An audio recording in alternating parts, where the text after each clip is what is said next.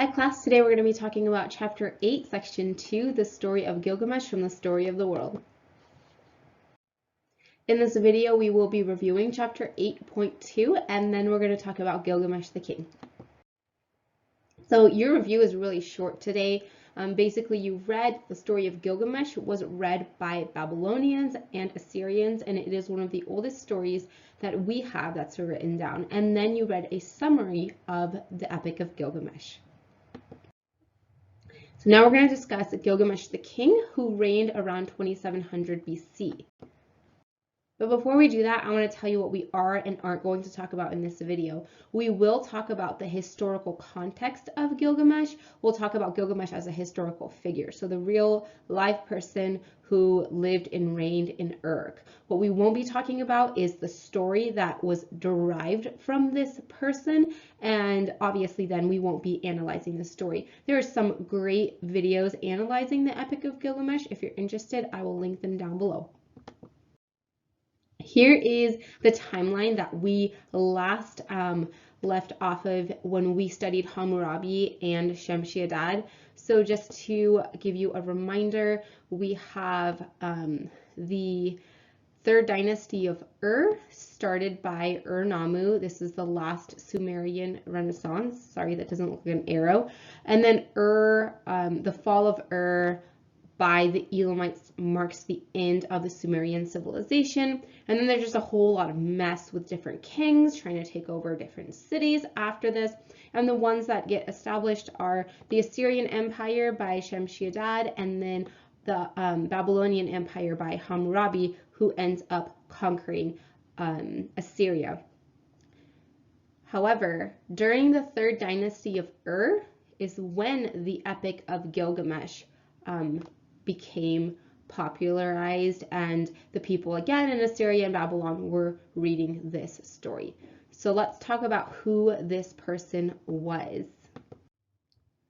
So Gilgamesh's father was not a king, he was a priest, which means that in order to become king, he must have done something to seize the throne. He becomes the king of Uruk, which you can see is right down here. However, this wasn't enough for Gilgamesh. Like in your chapter or the story, if you've read it before, Gilgamesh was a very ambitious, motivated, just go until you drop kind of a dude. And he wasn't happy with just being the king of Uruk. He wanted to be the king of Kish. As you can recall, Kish was the city in Mesopotamia. It was the capital if there had been one, and to have the title King of Kish was the highest honorary title that you could have in all of Mesopotamia during this time, and Gilgamesh really wanted it. So he obviously goes after the King of Kish, whose name was Enmebaragesi. Enmebaragesi was not just the king of Kish, he was also the protector of Nippur, which we've also talked about was the sacred city. This is where the temples were. This is where kings traveled to pay tribute to the gods. It had one such house or temple, which was called the House of Enlil, which you can see a little statue of right here. Enlil was the Sumerian god who sent the flood. Again, if you've read the Epic of Gilgamesh, you'll have read about him. So Gilgamesh sends his troops to Kish. However, this attack fails. We know it fails because the Sumerian king list shows us that Enmebaragesi dies from old age and not from a battle. So then he tries again. Now the king of Kish is named Aga. I don't know how to pronounce that, I'm sorry. Gilgamesh attacks Kish. Let me draw that for you again. Here's Uruk right here. So he goes and he tries to attack Kish. However, the fighting just drags on and on and on. You can see this parallel in the story, again, if you've read it, or even just from your summary of how Gilgamesh just wears out his people. So this is where the people are just exhausted from the constant fighting. So Gilgamesh has no choice but to withdraw. Kish obviously is weakened from all of this fighting, and Mesopotamia from get a different color. Here's right here, decides, hey, here's my chance to be the king of Kish. Here's my chance to be the top dog. And so he goes and he attacks Kish as it's weakened, and he is victorious. And Gilgamesh just doesn't give up. So Mesopotamia dies, and he leaves Kish to his son Meskiaguna as a ruler over Ur, Kish, and Nippur. Again, Nippur is right here, and that is the sacred city. So Gilgamesh attacks again when Meskiaguna is king.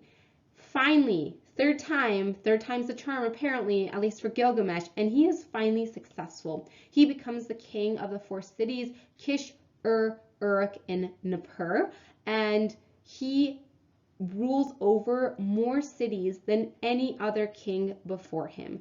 Let me just circle these for you. So Kish, Nippur, Uruk right here.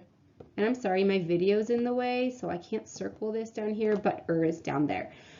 Gilgamesh dies soon after his victory, which I think this is, you can also see this in the story too, how he strives to find immortal life, and he ends up, obviously, just like anybody else, he ends up dying after doing all of these things to make him famous.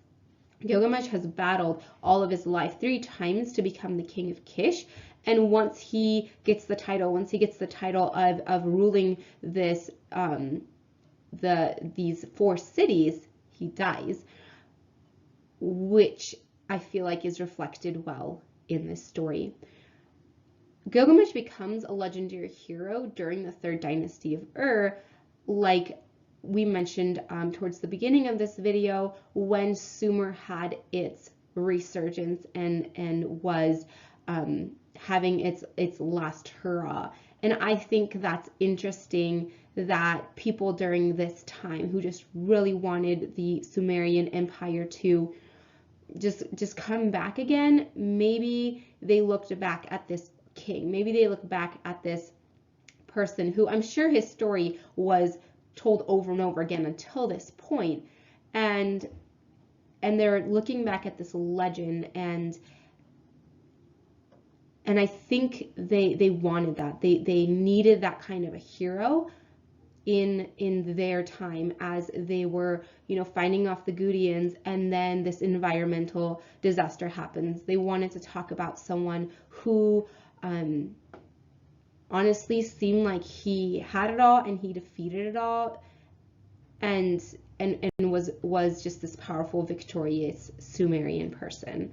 At least that's my opinion. I could be wrong. Anyway, that's all I have for you today. Thanks for watching. I'll see you next time.